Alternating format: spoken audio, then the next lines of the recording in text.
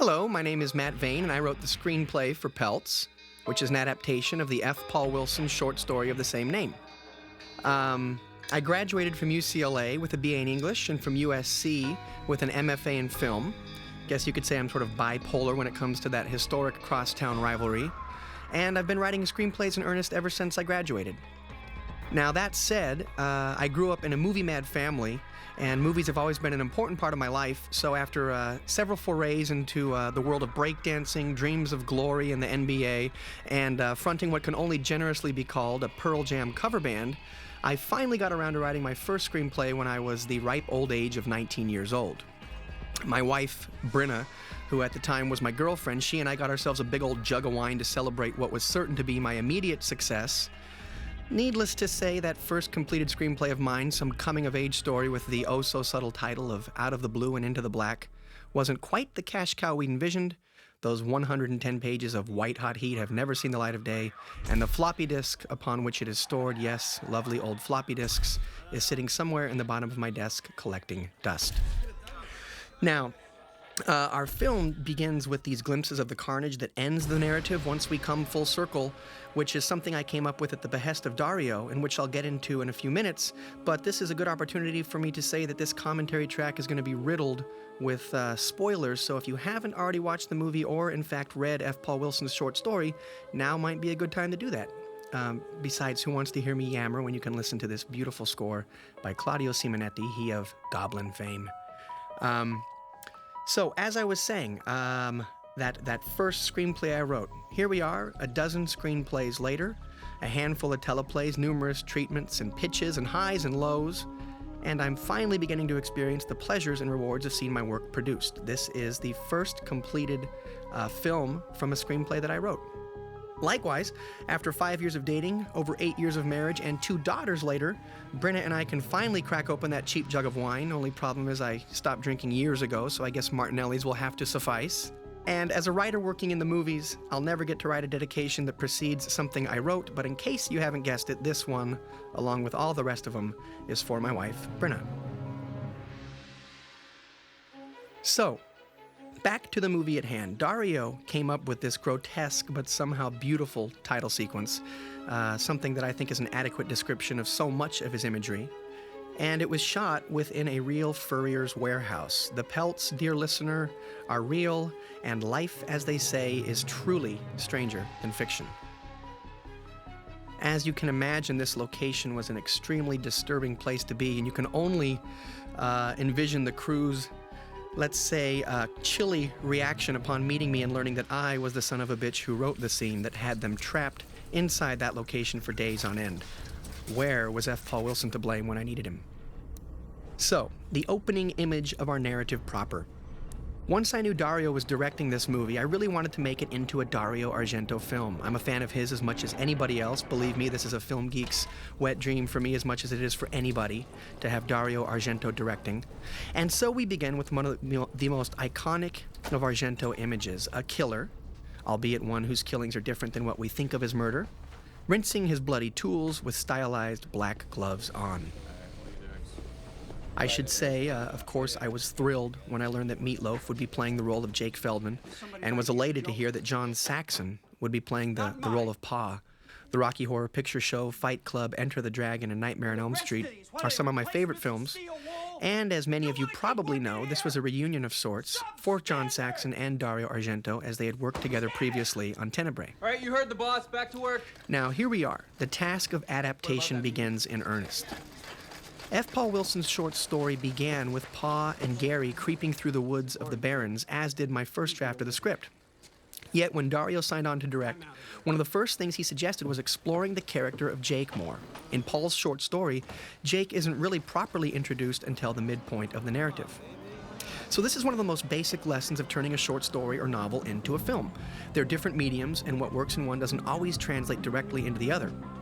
As I said, Paul's short story is essentially a 2-act piece with 4 chapters, and one of the challenges of scripting this film was always finding the 3-act structure within, and then looking for a way to introduce all of our characters in succinct ways within the first act.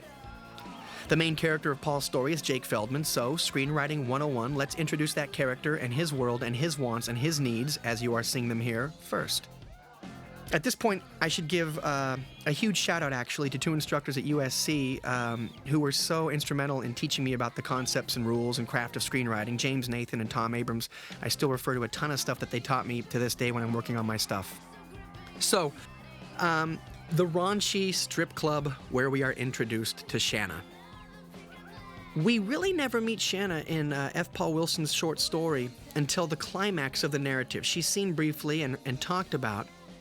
And it's intimated that Jake has been obsessed with her for a very long time.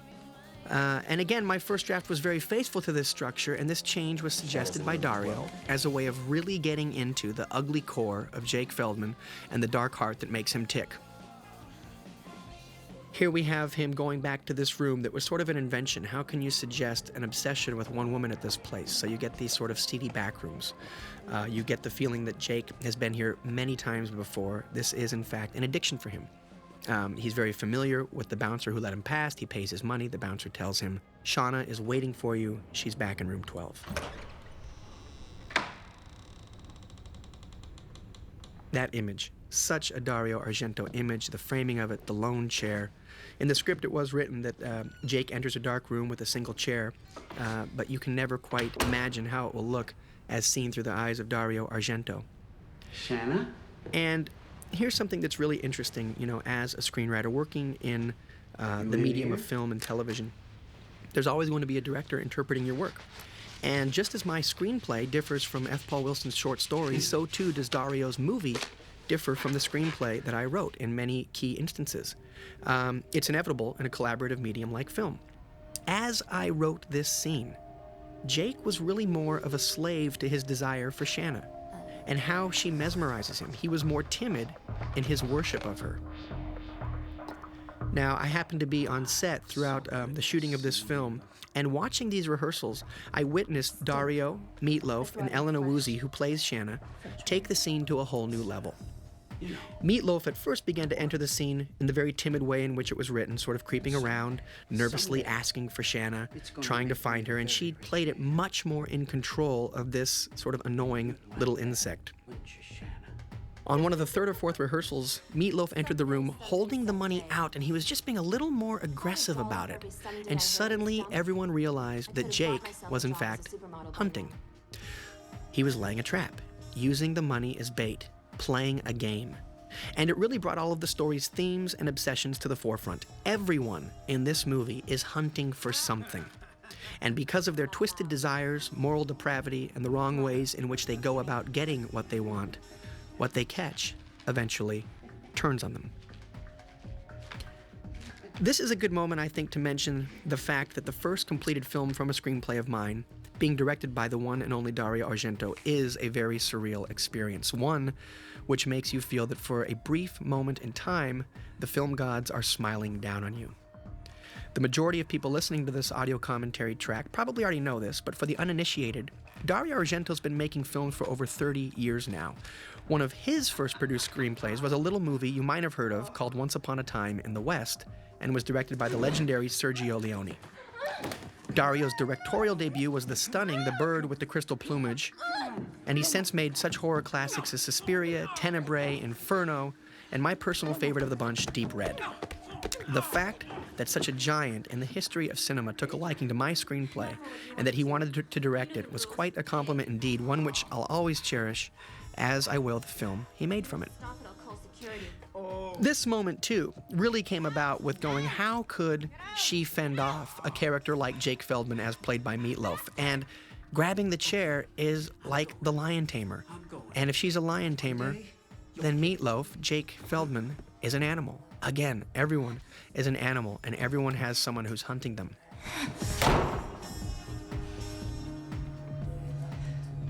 I don't like it this far out here, Pa. Pa and Larry in the woods, and I'll be referring to the young boy as Larry, which is what he's eventually been called, although in the short story his name is Gary for the purists out there.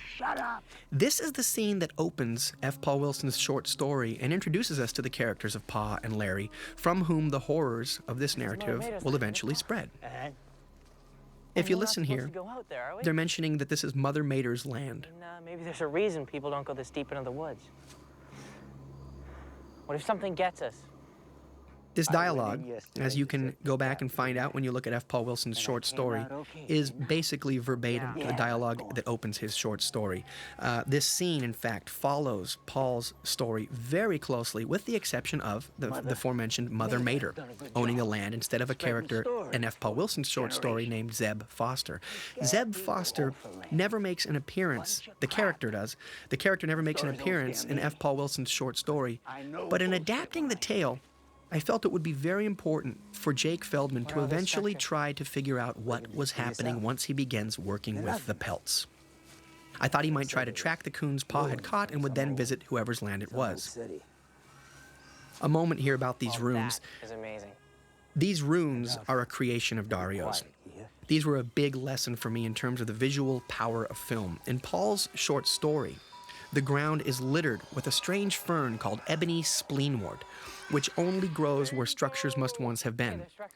Pa and Larry get into a discussion about this, and it is very, very chilling. I kept this moment in my script of the first draft. They've come across a trail of ebony spleenwort, but Dario wanted something that was its equivalent, something that suggested the same type of supernatural, spooky, mystical civilization on these lands, but something that also played more immediately to the eye while watching the film. He suggested something akin to the stone runes of Stonehenge, and I ran with it. These reflections in the raccoon eye for the completists, for the purists. This reflection is an homage to Dario's visuals of the reflection in the raven's eye in opera. So this was another very interesting dilemma that we had in adapting this short story. How do you show, how do you convey the violence that happens to these poor raccoons and make it nauseating while also not making it too repulsive? When I first pitched my take on this story to the Masters of Horror gang, one of the first things Mick Garris mentioned to me was, I don't like what's happening to these raccoons. I hate what you're doing to them. And I basically had to say, me too. And that sort of is one of the points of the story. The horrors that you inflict will eventually come full circle and be inflicted upon you. In the short story, there's a field of these raccoons, and we eventually, for budget reasons, had to narrow it down. But as I will point out throughout the course of this running commentary, there are many instances where less is truly more. A field of these things might have looked stunning, but there's something about seeing this small group of these poor, mystical, raccoon-like animals trapped, hunted, and being ready to be skinned. Look at this. Back to this character of Mother Mater briefly, whose lands they're on and who they will bump into when they're leaving.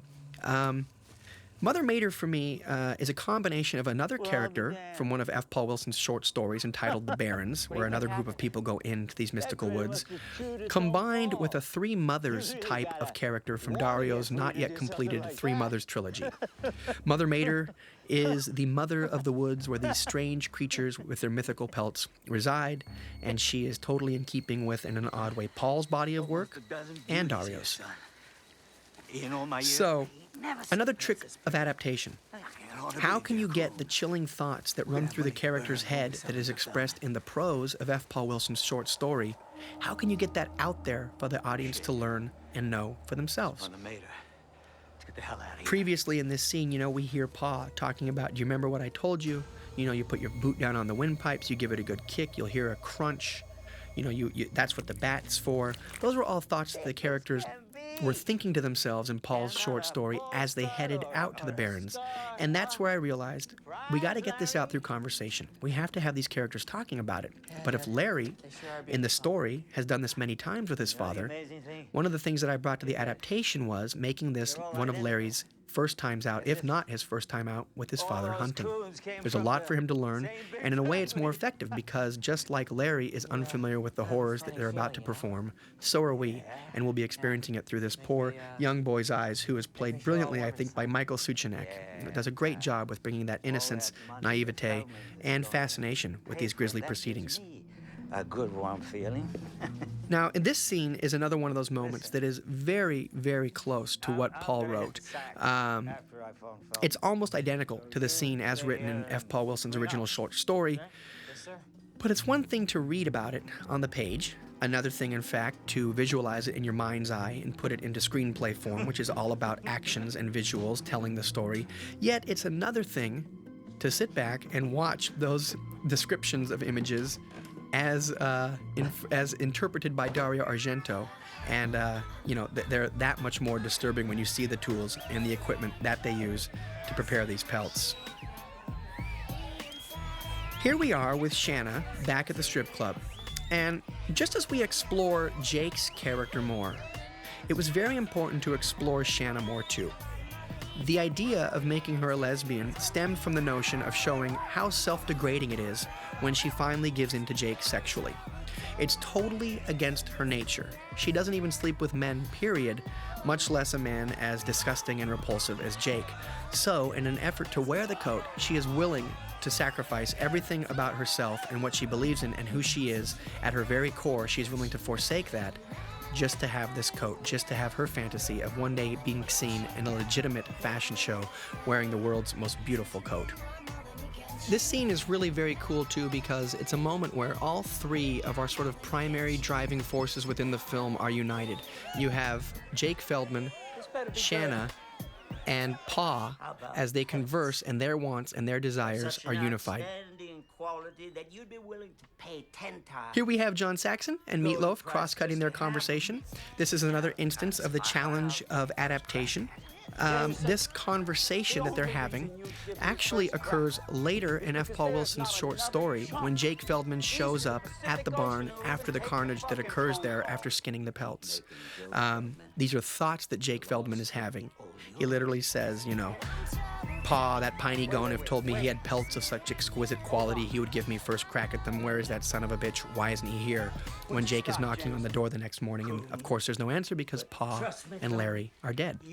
So, it was also amazing to be on set on this day and to watch John Saxon preparing for this scene amidst the chaos and frenzy and madness that is a film shoot. People running around, setting lightings, getting cameras ready. Although I should say Dario is a very calm film director. You can tell he's been doing it for over 30 years. But amidst all the chaos of the film set, John Saxon was sitting by himself in the corner, his face growing more and more stern, more and more angry as I think the scene and what was about to happen, you know, played out through his mind's eye, and he prepared to make this phone call to Jake. You better not be bullshitting me. Here we have the night when the horrors begin in earnest, when the now freshly skinned Pelts begin to make their powers known. I could listen to Claudio Simonetti's score all day. As I mentioned previously, of course, for those of you who are familiar with Dario Argento's work, you probably already know that Claudio Simonetti is one of the masterminds behind the famous rock soundtrack band Goblin. They've written such amazingly beautiful scores. Dario's primary composers, along with Ennio Morricone for Dario's earlier stuff and some of his later stuff. But this is where film, in all of its tools, is such an important collaborative medium. And what I mean by that is, in the original short story by F. Paul Wilson, these Pelts, I love that effect, by the way. We're seeing the Pelts begin to writhe a little bit. You're seeing sort of the mystical quality that they have, a very subtle, beautiful effect. But in the original short story, the Pelts actually wrap themselves around Larry's arms. And you really get the sense, it makes it explicitly clear that they are tightening and driving him to commit the violent act of murder that he committed on them to his father. Well, for budgetary reasons, that was very impractical, but once you sat down and analyzed that, you realized it could become just this side of camp to see someone running around with fur pelts wrapped around his forearms. So that's where Claudio Simonetti's score, so lush, so inviting, so hypnotizing, is so important, along with the visuals Dario created, to create that same idea that existed in the short story and that now we have translated to film. What do you want? Bludgeoning Pa. This is one of the most infamous scenes F. Paul Wilson has ever written in any of his prose. The "I've seen it take up to 50 swings once" was a line that I came up with just to hark back to the advice Pa had given Larry earlier, and I think it really hammers home the idea that these characters are now inflicting the horrors upon themselves and their loved ones that they had inflicted upon these mystical creatures. Jake and Lou at the Feldman farm the next day. In F. Paul Wilson's short story, as I mentioned, this was the first time we were introduced to the character of Jake. And in the short story, Jake was by himself and had made his way out to the Jameson farmhouse to see about these pelts that Pa had told him about. So, again, there's a lot of internal monologuing going on when you have a character like Jake Feldman, who has been in the fur trade for many, many years. When he sees the pelts, he's thinking to himself, I've been in this business for X amount of years. I've never seen anything like this. My God, these pelts, they're so beautiful. You know, sky's the limit. Well, again, screenwriting and adaptation 101, very simple tricks of the trade, but very important. Jake Feldman probably would have a lackey like Lou here, who again is played very well, I think, by Link Baker. He really brings a lot of character to his sidekick role here. But it allows us to have Jake Feldman say these kinds of lines to Lou. It's someone for him to bounce his thoughts off. It's someone so that we make what is internal in the short story external in the medium of film.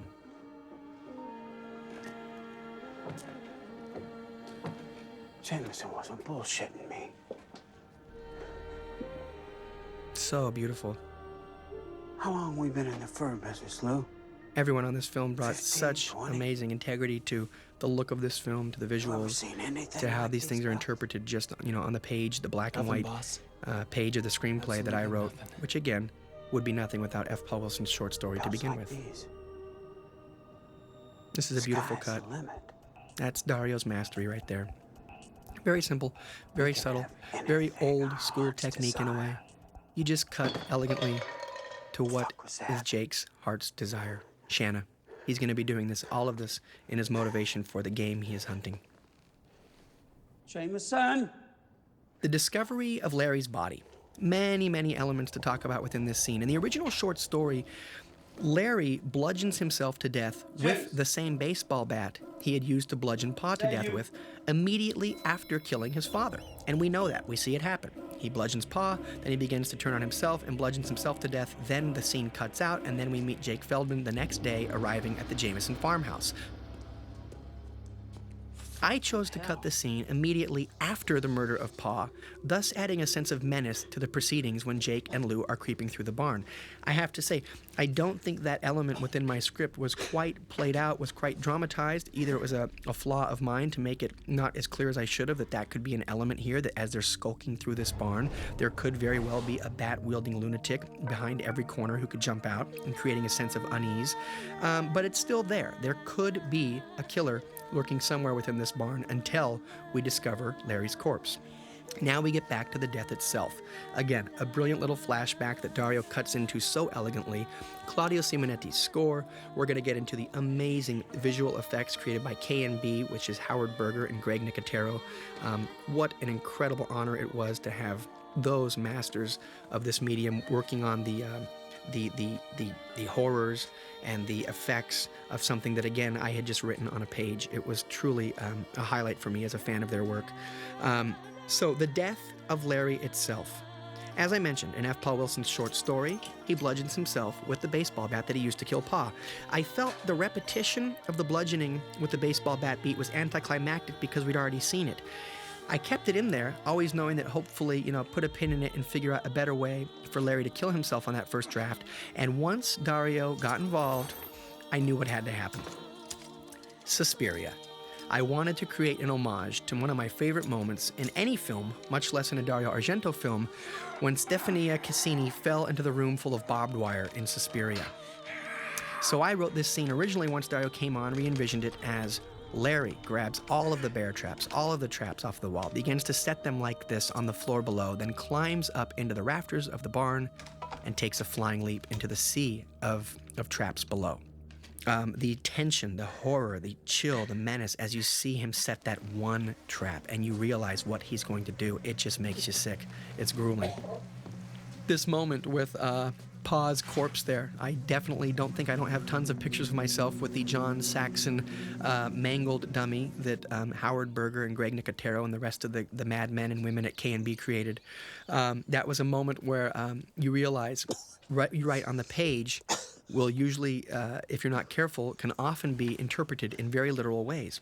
That scene, as written, I wrote, you can hear the flies buzzing as they approach the room where Pa corpse is, something to that effect. Mentioned the flies buzzing.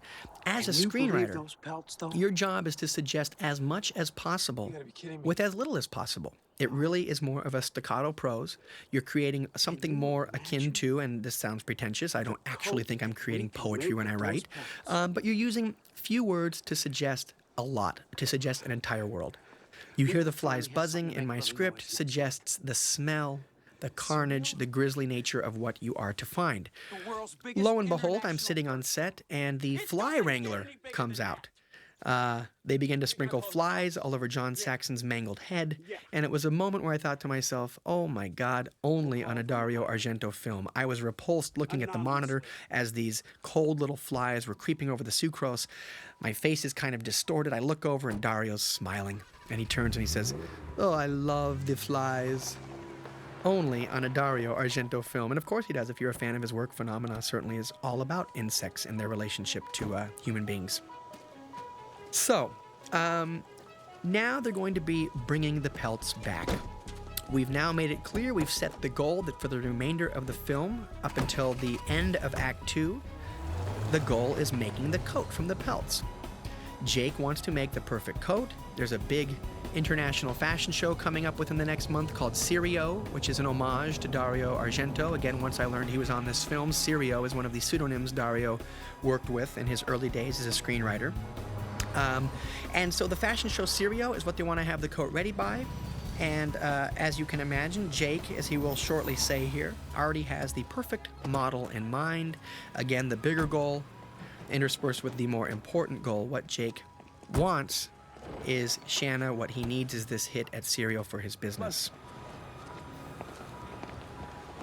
We get the making of the coat montage about to happen here.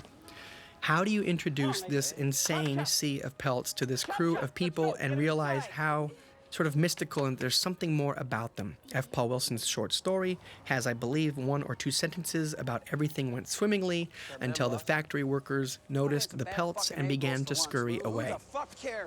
We built that moment in here, very important. Right there, we introduced the character of Sergio, who's played by Emilio Salituro, who will eventually have a beautiful, if you can call it that, Dario Argento death. So we're now setting up all of the rest of the pieces that have to play out throughout the rest of the narrative. Somebody worthy of the code, otherwise it's all for nothing. Lou, I already got somebody in mind.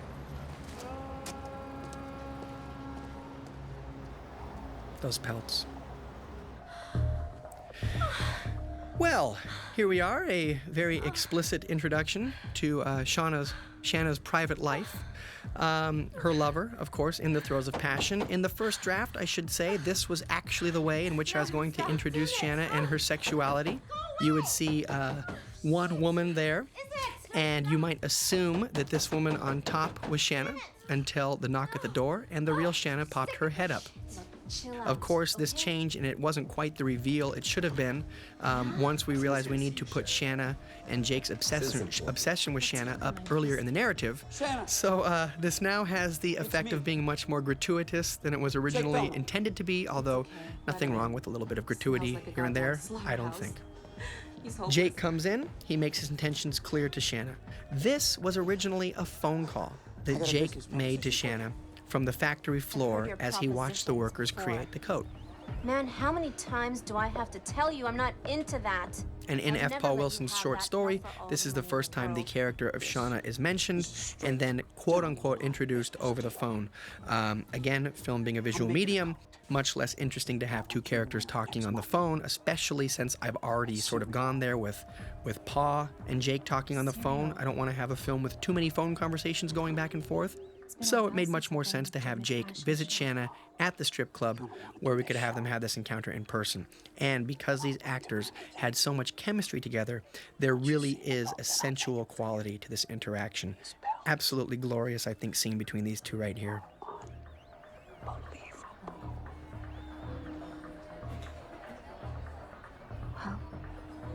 we'll see, okay? No. The coat will be finished next week. I'll bring it to your place. I know what you like. Shanna's line, I know what you like. This was something that Dario very specifically brought to the table. In his mind, at the risk of being too, telling here, he specifically wanted Jake to be obsessed with Shanna's rear end. It was something that Dario just latched onto in my draft in F. Paul Wilson's short story. It was much more of a general obsession with this character, but Dario wanted that to be the case. So, in talking about it, at first you hear that and you go, my God, that just, what? I don't understand that specific quality of this obsession, until you sit down with Dario. He begins talking about films and his interests and his love and movies that he relates to, and I made the mistake of pigeonholing him, which I, as a lover of these types of films, should be the last person to do.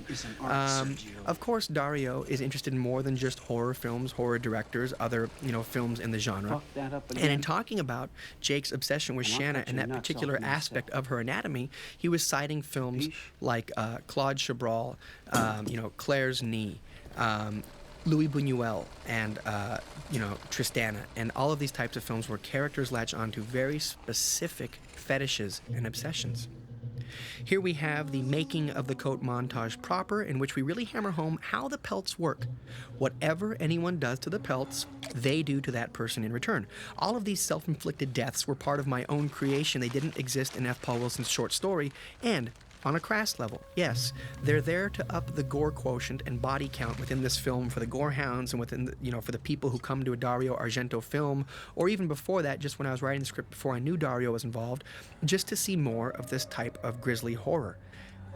I do want to defend it because I feel like it's important to show the same thing that these people and that they do, every day to these animals.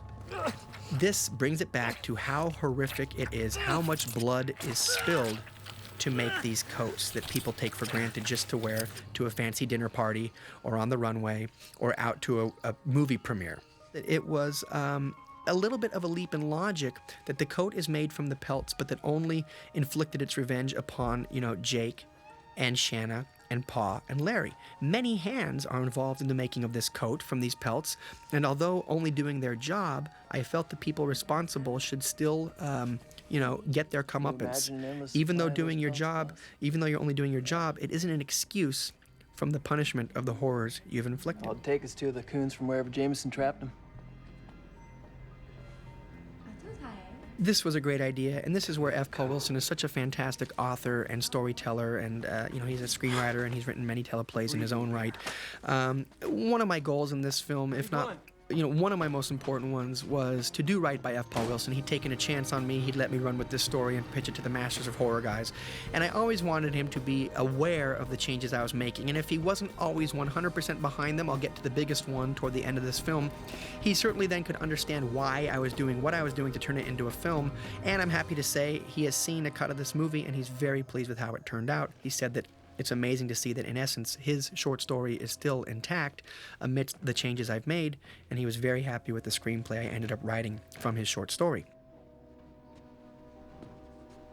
Jake's motivation to come out to Feldman's farm, and then which will lead him to Mother Mater's lands, and then an encounter with Mother Mater herself, was something of F. Paul's suggestion. I was saying, I want something. I want him to go on a quest. I want him to go out there, but I don't know, why would he go out to Feldman's farm? Why would he, just go out to Mother Mater's? He doesn't give a crap about the things that are happening around him. He's too self-centered, too driven, too full of his lust for Shanna and then the goal of making the coat in turn. It was F. Paul Wilson who said a breeding pair. I had never even heard that term. Thank God for the internet. You go online and you realize, of course, very simple. He was going to try to go to the lands where Pa had caught these most beautiful pelts and find two of these raccoon-like animals with these stunning coats of fur and make them breed so that then he would have an endless supply of these pelts and he would be the most wealthy furrier in the world with the coats he could make from them. While we watch Jake make his way to Mother Mater's house, I want to touch on something I brought up earlier. I listen to many of these commentary tracks. I tend to listen to the screenwriting commentary tracks because I'm always trying to learn and improve and get better at my craft of screenwriting. And as I mentioned, the first screenplay I wrote was a coming-of-age tale, something akin to a heartfelt memoir, the kind of thing in my young mind's eye I could already see the trailer and hear someone saying, "A touching film from the Academy Award-winning writer of From Out of the Blue and Into the Black." The bottom line is the first script I wrote really wasn't very good. In fact, it was downright awful. Now, part of that is due to the fact that the majority of people don't start out being very good at what they want to do right off the bat. If it's worth devoting your entire life's energy and time to, it ought to be challenging, right? But it also had to do with the fact that I was writing what I thought I should be writing as opposed to what I wanted to be writing. Being an English major at UCLA was one of the most important things I could have done for myself as an aspiring screenwriter. I originally applied to their undergraduate film program. It's a very competitive program, and I am now happy to say I wasn't accepted. It forced me to go, well, what do I want to do with all these film classes I've taken that aren't applicable to any other major? I ended up scrapping about a year of my time there and just went back and decided to go full bore into the English major. If I was going to be a storyteller, I might as well learn the history of storytelling. This was, in a way, as important as being a graduate film major at USC, the background that I learned as an English major. It was 4 years of my life where I was reading Dostoevsky and Shakespeare and Samuel Johnson, Marlowe, Byron, Browning, Gogol, Dickens, and all the rest. But here's part of the key. You need that foundation of knowledge, but those aren't the authors that were on my nightstand previous to being an English major, and they haven't been there much since. I loved reading those books and appreciated them, and the knowledge I gained was invaluable. But I've always loved a good, scary story above all else. Probably begins with my mother and father telling my little sister and me ghost stories late at night on driving trips across the country, stemming to my oldest cousin reading to us, the rest of us cousins, Edgar Allan Poe's Telltale Heart by candlelight, which in turn I read to my stunned fellow fifth graders, to being paralyzed with fear by Stephen King's Pet Sematary on a Saturday morning because my dad had left his copy lying around the night before. So it wasn't until I embraced the types of stories that I loved that I began to find success as a storyteller myself. Mysteries and mummies and werewolves and vampires and twilight zones and monsters, both fantastic and human. These are the things I'm drawn to creatively, and they're the types of stories that turned me from aspiring screenwriter into a professional one. Yeah. We should get into this character of Mother Mater here. This is one of my favorite types of moments within, the genre. She provides a very cool mythology behind all of the horrors going on, giving the film something of a mythology that can be followed, while also providing, as I said, one of my favorite elements within the horror genre. It's the getting answers that don't really give you answers scene. I believe it is probably the prerequisite for anyone working on the show Lost, and they've taken it to the extreme, but it is the case where something, you go to find a piece of knowledge, but that piece of knowledge only opens up an even deeper rabbit hole. As I said, this scene wasn't in F. Paul Wilson's short story, so I was really able to let my imagination run loose with this one and have a blast creating this chilling and strange character of Mother Mater. No disrespect. Again, she was a man named Zeb Fosterson, which was mentioned, a character who was, mentioned in F. Paul Wilson's short story. But when you've got Dario Argento coming on and you get a chance to create a sort of mysterious, gypsy-esque witch character who's protecting a certain part of old lands in the woods, you run with Trying to it. keep people off your land. To protect them? I love this. Brenda McDonald did an incredible job with this role of Mother Mater. And Meatloaf. It's really the one time in the film where we see him kind of getting out of that intense, sort of insanely driven mode that he's in throughout the rest of the film. And he plays this so interestingly. Is that them? He's having fun with it. He's half drunk. They the And I think, he kind of sees this woman as a joke. Little pieces of information begin to be revealed. She's keeping them on the land to protect others, not to protect the animals. If you'd be willing to give me a couple of the raccoons? And now she puts it together. Now, She came across the mutilated corpses and the traps that had been set by Pa and Larry, and she knows he has something to do with it. No, ma'am, of course You not. were the reason they died, to satisfy your vanity, No, ma'am. your callousness. No! I loved the moment at the end of this when she begins to speak an ancient language. In fact, the completist in me tried to find some of the whispers and ramblings that the witches had chanted in Suspiria and in Inferno. Those may or may not be them. It's almost hard to decipher now at this point, but it just sounds so chilling. Su Chin Yao. What the hell happened? She suffocated. The death of Su Chin Yao. The death of the seamstress. We had him pull an all-nighter to make sure the codes were- Once again, this was something that wasn't she in said F. the Paul seamstress Wilson's was original on short the story, which I'm proud she could finish to it herself. notice seems to have She was the only become one one here of when the this happened. iconic images of the second season of Masters of Horror. I was on set the day that they shot this. Elise Liu, who plays Su Chin Yao, was absolutely incredible, a total trooper. I'm sure when she read this script, she was horrified by the things her character would be going through. And needless to say, watching a woman being led down the street toward the set by Howard Berger with her eyes and mouth sewn shut was a very surreal moment. Again, only in a Dario Argento film. It was incredible to watch how they made this happen. Su Chin Yao happens to be a carnival sideshow freak, and she does this regularly. Of course, I am only joking. This is the wonderful bit of movie magic going on. And kids, don't try this at home. And I think we might be seeing our preview to Jackass 3 right here. Quiet as possible. This man cannot be deterred. Hey, Jake. The last thing that we need is a lot of bad publicity. In F. Paul Wilson's short story, he bad refers to it shit's been as happening the around here code, ever since we that started code. working on this It's code. working its way into their minds. It's driving it's them, it's cursed or obsessing something. them, it's pulling them. Lou says it's like I don't it's believe in cursed. curses, Lou. I don't believe in curses, Lou, and he literally steps nonchalantly over the corpse. This man is blinded by his obsessions. Being on set this day, again, this is an actual furrier's warehouse. It was horrifying to be in. I had the distinct pleasure of watching Dario Argento work. This is a man who is an artist within the medium of film, and he is akin to a painter, along with being a narrative storyteller. On most American film productions, you would have the fur wrangler, possibly, or the coat handler, or some other person in some union that works with coats and combs coats. Dario literally stood there and combed the coat himself to get it just right. He was literally painting the scene. He wanted it to be perfect. Very, very European. Very. It was like watching Salvador Dali as he's prepping a canvas for something to paint upon it. Here we now have Jake visiting Shanna with the coat. We are end Act 2. The coat is done. He is now heading into the third act of the film. The goal is now to get Shanna.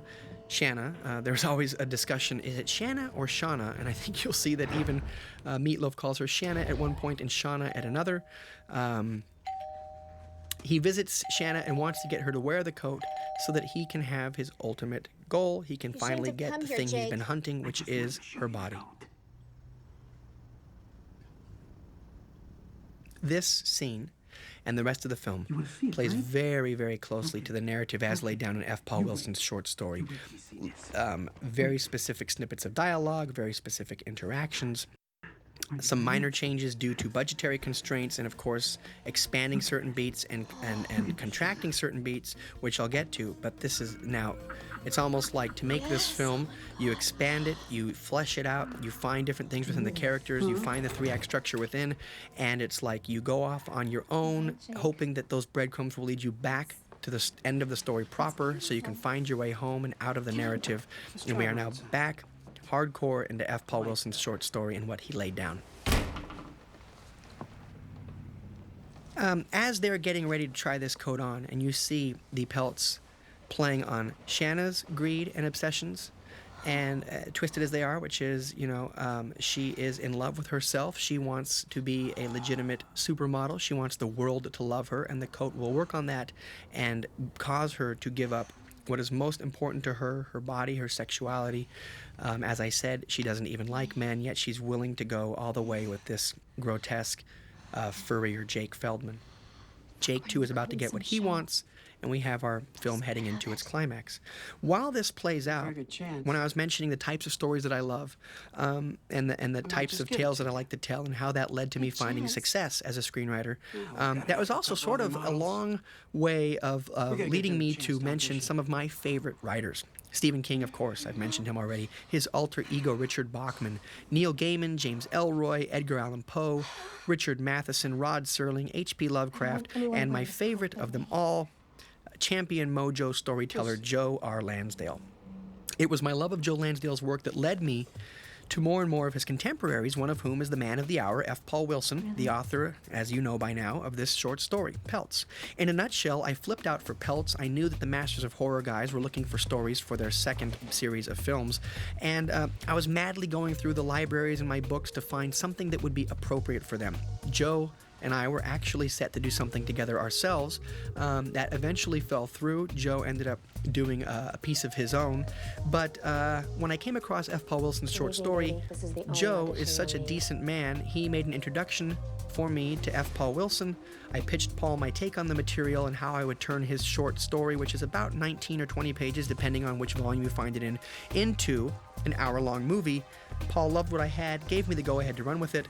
That was just under a year ago, actually, and now, again, it's like I have to pinch myself because it's surreal to be watching a Dario Argento film of the movie I wrote and to be now, at the end of it all, doing our commentary track. So, this, as I said, is a moment where I would talk about one of the major differences of vision between Dario Argento, myself, and F. Paul Wilson. Many, many lessons to be learned from this. In F. Paul Wilson's short story, and in every draft that I did of the short story, Jake was not able to have sex with Shanna. I felt that it was important to stay true to F. Paul Wilson's moral universe in which Jake should not get what he wants. Nobody in this film gets what he or she wants. Now, even though Jake ends up getting his comeuppance for this act, this horrific act of animal depravity, he finally has that specific piece of anatomy that Dario was so concerned that he'd be obsessed with for Shanna. Even though he gets punished for this in the scheme of our moral universe, as I said, in F. Paul Wilson's short story and in my adaptations of it, I felt it was more in line that the sexual act is never consummated. Where's your bathroom? I think it would have been very interesting if Jake was almost able to get what he wanted, but the coats don't allow him to. They're a distraction. He is unable to perform the sexual act, and he gets up, just as he does here, unable to have his satisfaction. Dario, clearly, felt otherwise. After many discussions and conference calls and friendly back and forths, in the end, we went with this, and it's a situation where you are reminded that film is a director's medium. Technically, Paul and I outvoted Dario 2-1, but guess what, folks? It ain't a democracy at the end of the day. Jake Feldman has consummated the sexual act with Shanna, and now we get to the moment where, whether he should have or shouldn't have, in the end it's a wash, because here we have retribution about to happen. In F. Paul Wilson's short story, in every single draft that I wrote up until the day of shooting, he had always gone to the bathroom, unscrewed the tip of a razor, and used a razor inside the bathroom to cut himself and skin himself. You get on set, you realize that from a screenplay, from a short story, you are trying to make the ethereal, that which is only imagined, actually concrete. You have to work with real people and real objects and make it realistic.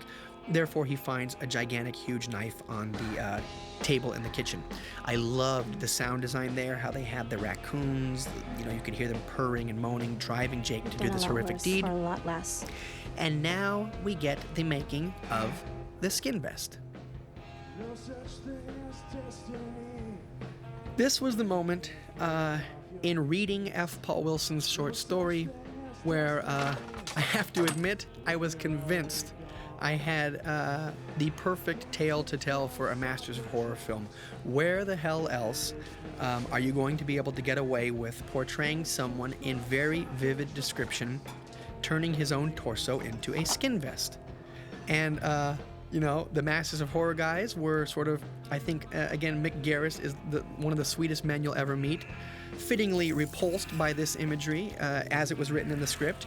But they understood how important it was to the theme of our film, which, again, not to sound like I'm on a soapbox here. Oh boy, who is the guy who wrote this? Wait a second, this was in F. Paul Wilson's short story, so I guess he's the sick bastard who came up with this, and I was just merely transcribing his stuff. Is everything okay?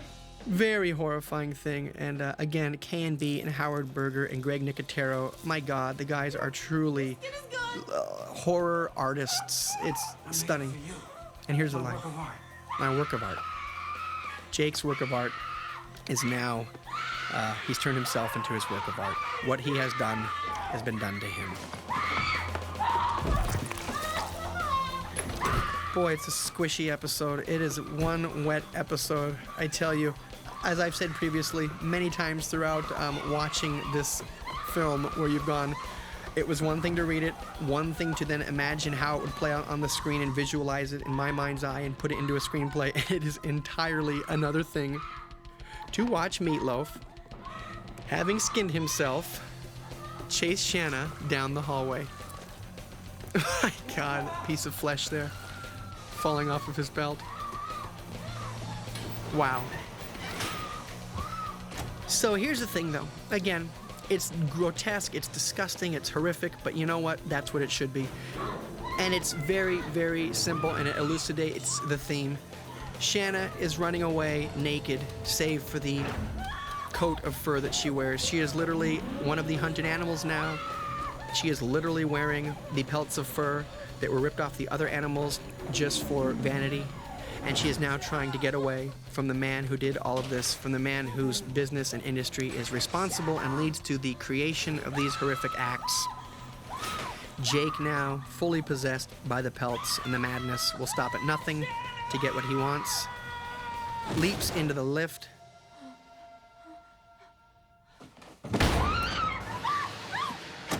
totally destroyed.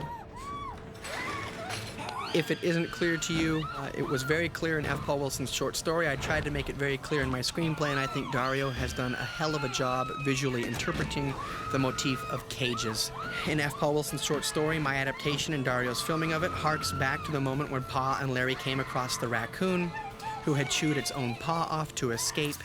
But that moment right there, as a Dario Argento fan, also reminds me of the climax of Tenebrae in the way that Dario shot it with that over-the-top spray of blood from the severed arm. Lou now comes into the aftermath. Our story comes full circle. This is where it began. And there are two key things that Dario cut out.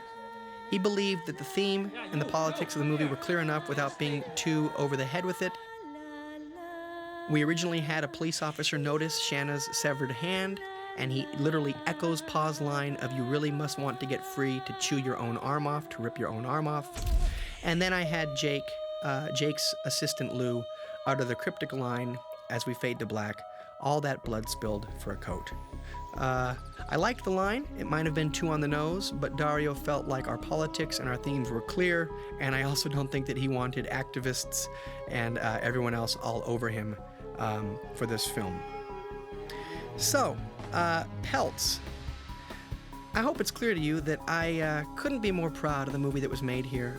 It's been an honor to have the first thing that I wrote that's been completed be directed by Dario Argento. I love working with these masters of horror guys, and I'm a dreamer, and you never know, you can't tell the future, but I really do believe it's like working back in the days when the Twilight Zone was in full swing. I saw my job on this film, my inclusion within this group of the masters of horror, as being akin to what if I could have time traveled and gone back in the day and worked with the Charles Beaumonts and the Richard Mathesons and the Rod Serlings and all of the other great writers on the Twilight Zone. I'm very proud to have been admitted to the clubhouse for the Masters of Horror, and it's a real honor and a badge that I wear with great pride on my screenwriter's fatigues. I'm Matt Vane. Thanks for listening.